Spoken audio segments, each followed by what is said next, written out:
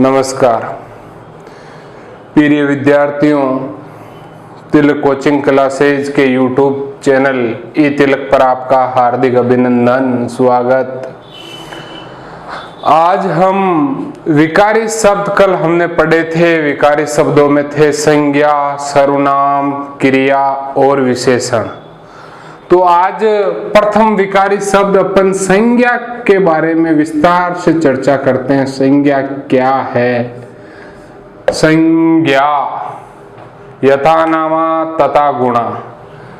संज्ञा शब्द का निर्माण सम उपसर्ग के परे ज्ञा धातु लगने से हुआ है। संज्ञा शब्द का निर्माण सम उपसर्ग के परे ज्ञा धातु लगने से हुआ है, जिसका शाब्दिक अर्थ होता है ठीक ज्ञान कराने वाली। ठीक ज्ञान कराने वाली।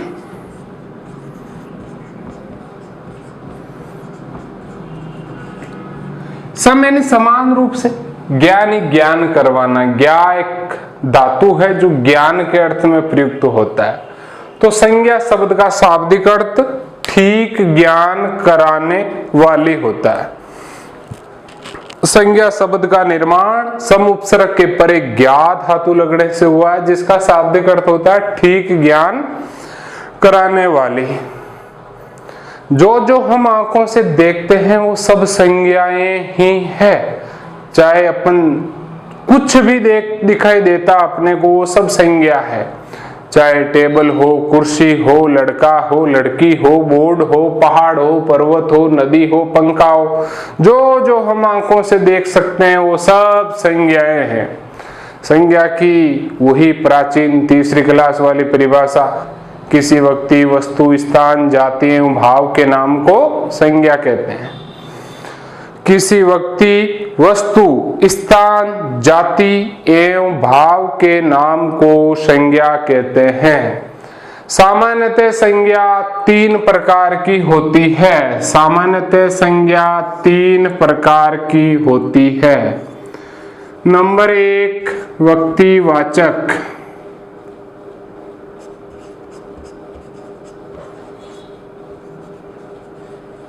नंबर दो, जातिवाचक। नंबर तीन, भाववाचक।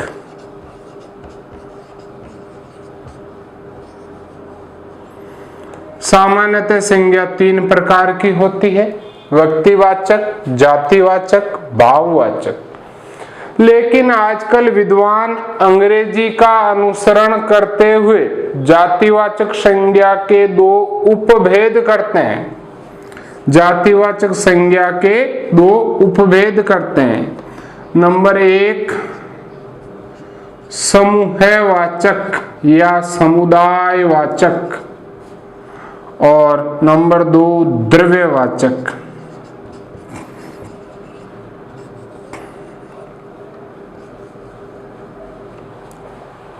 जातिवाचक संज्ञा के दो उपभेद है, समूहवाचक और द्रव्यवाचक। अब दो क्वेश्चन बनते हैं। सामान्यतः संज्ञा के कितने भेद होते हैं? तीन। और ऑप्शन में 3 और 5 दोनों ही हो तो फिर अपने को 3 ही करना है। यदि 3 नहीं हो और 5 दे रखा हो तो फिर 5 को प्राथमिकता देनी है। 3 और 5 दोनों आए तो 3 ही करना है। तो अपन बात करते हैं व्यक्तिवाचक संज्ञा। व्यक्तिवाचक संज्ञा वह संज्ञा शब्द जिनसे हमें किसी व्यक्ति विशेष का बोध होता है, अर्थात नाम विशेष का बोध होता है। पर्टिकुलरली नाम विशेष, चाहे वो लड़कों का नाम हो, लड़की का नाम हो, पहाड़ का नाम हो, नदी का नाम हो, पर्वत का नाम हो, मैदान का नाम हो, शहर का नाम हो। जैसे अपन पुस्तकों के नाम की बात करते हैं, पुस्तक शब्द में जाती है, लेकिन रामायण, महाभारत, भागवत गीता, भारत भारती, पंचतंत्र, ये सब व्यक्तिवाचक है। लड़कों के नाम लड़का शब्द में जाती है, रमेश, सुरेश, दिनेश, ये सब व्यक्तिवाचक है। मैदानों के नाम गंगा यमुना का मैदान, दो आब का मैदान, सतलज सिंधु का मैदान, मैदान शब्द में जाती है और उसमें दो आब का मैदान, ये सब व्यक्तिवाचक है। नदियों के नाम नदी शब्द में जाती है लेकिन गंगा, यमुना, सरस्वती, गोदावरी, कृष्णा, कावेरी, ये सब व्यक्तिवाचक है। शहरों के नाम जयपुर, बनारस, मथुरा, वाराणसी, काशी, शहर शब्द में जाती है लेकिन नाम इनमें किसी का आ जाए, इन सब में व्यक्तिवाचक है। देशों के नाम भारत, श्रीलंका, चीन, जापान, शहरों के नाम आ गए, देशों के नाम आ गए, समाचार पत्रों के नाम आ गए। समाचार पत्र जाती है लेकिन राजस्थान पत्रिका, दैनिक भास्कर, नवज्योति, जलते दीप, द हिंदू, ये वगैरह वगैरह सब इसमें व्यक्तिवाचक है। तो पर्टिकुलरली किसी नाम विशेष का बोध हो जाए वहां पर व्यक्तिवाचक संज्ञा होती है। नंबर 2, जातिवाचक संज्ञा। वह संज्ञा शब्द जिनसे हमें संपूर्ण जाति का बोध होता है, अर्थात एक नहीं पूरी जाति का। लड़का, क्या लड़का दुनिया में एक ही पैदा हुआ? लड़के ही लड़के हैं, तो एक पूरी जाति हो गई। गाय, गाय एक तो है नहीं, तो जिससे हमें संपूर्ण जाति का बोध हो जाए वो सब जातिवाचक संज्ञा है। संपूर्ण जाति, पेड़, पेड़ एक जाति है। मकान, मकान, बहुत सारे मकान एक जाति हो गई। नंबर 3, समूहवाचक। वह संज्ञा शब्द जिनसे हमें एक समूह का बोध होता है, एक समुदाय का बोध होता है। एक शब्द लिया और उस शब्द में ऐसा लगेगा कि भैया ये शब्द एक समूह का बोध करवाएगा। जैसे कक्षा, क्या कक्षा एक लड़के की हो सकती? सेना, क्या एक सैनिक को सेना कहा जा सकता है? सभा, भीड़, रेवड़, टोली, गुच्छा, ये सब शब्द समूह का बोध करवाएंगे। जैसे भीड़ उमड़ पड़ी, कक्षा शोर मचा रही है, तो ये सब शब्द है जो एक समूह का बोध करवाएंगे पर्टिकुलरली।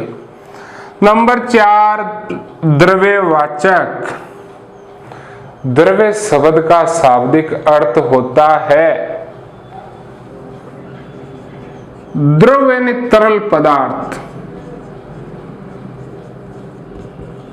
और द्रव्य का शाब्दिक अर्थ होता है धन, वित्त, धन, वित्त। तो द्रव्यवाचक संज्ञा वह संज्ञा शब्द जिनसे हमें तरल पदार्थों तथा धातुओं का बोध होता है। तरल पदार्थों तथा धातुओं का बोध होता है। तरल पदार्थों तथा धातुओं का बोध होता है। जैसे दूध, दही, घी, सोना, चांदी, तांबा, पीतल, जस्ता, टिन, रांगा, ये सब तरल पदार्थ प्लस धातु आ गए। एक बार वापिस सुन लेना। दूध, दही, घी, सोना, चांदी, तांबा, पीतल, जस्ता, टिन, रांगा, ये सब द्रव्यवाचक संज्ञा के उदाहरण हैं। अब अंतिम अपना भेद बचा है भाववाचक संज्ञा। अक्सर क्वेश्चन पड़ता है, विस्तार से जान लो।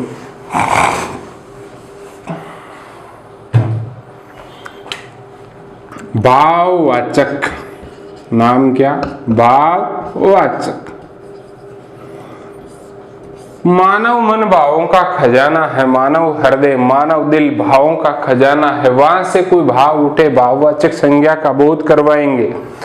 भाववाचक संज्ञा की सबसे बड़ी विशेषता है, भाववाचक संज्ञा को अपन अगले से अलग नहीं कर सकते हैं। लड़की बड़ी सुंदर है, क्या आप सुंदरता अलग कर सकते हो? पहाड़ों की हरियाली सुहावनी है, क्या वो सुहावनापन अलग हो सकता है?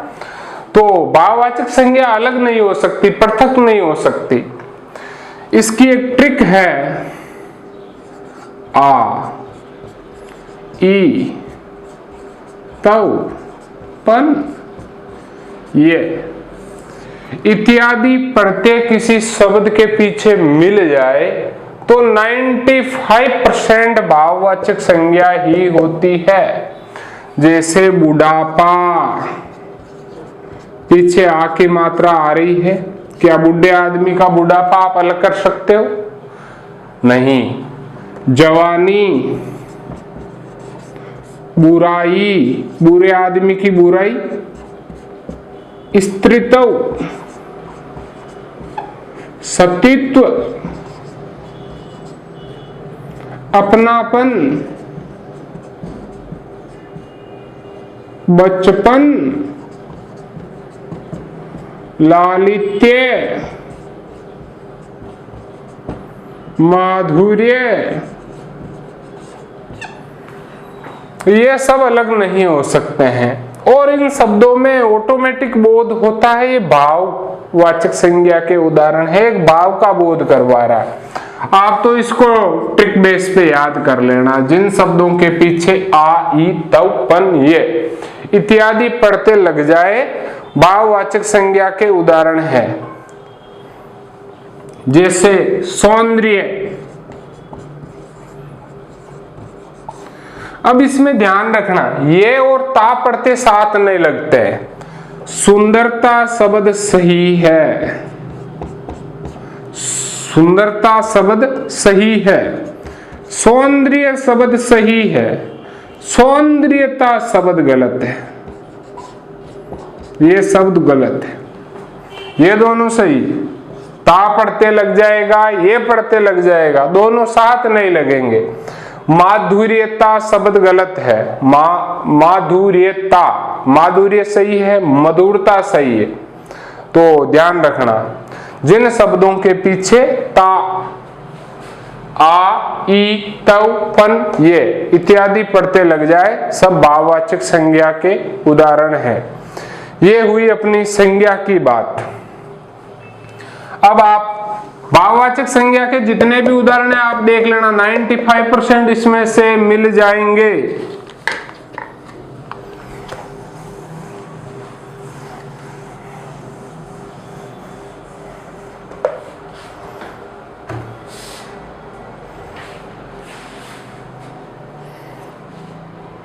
अब एक इंपॉर्टेंट बात,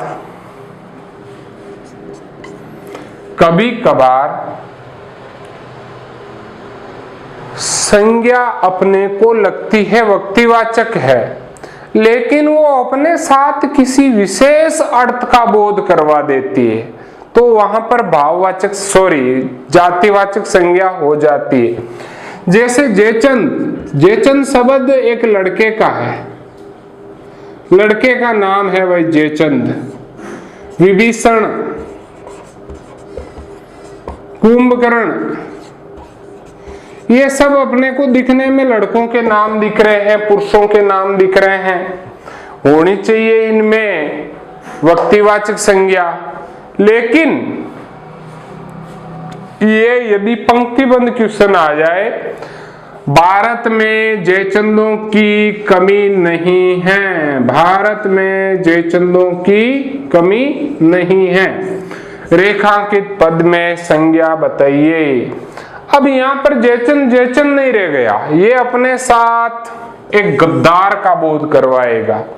तो ये देशद्रोही के अर्थ में अपना बोध करवाता है, इसलिए यहां पर जयचंद शब्द में व्यक्तिवाचक संज्ञा न होकर के जातिवाचक होगी।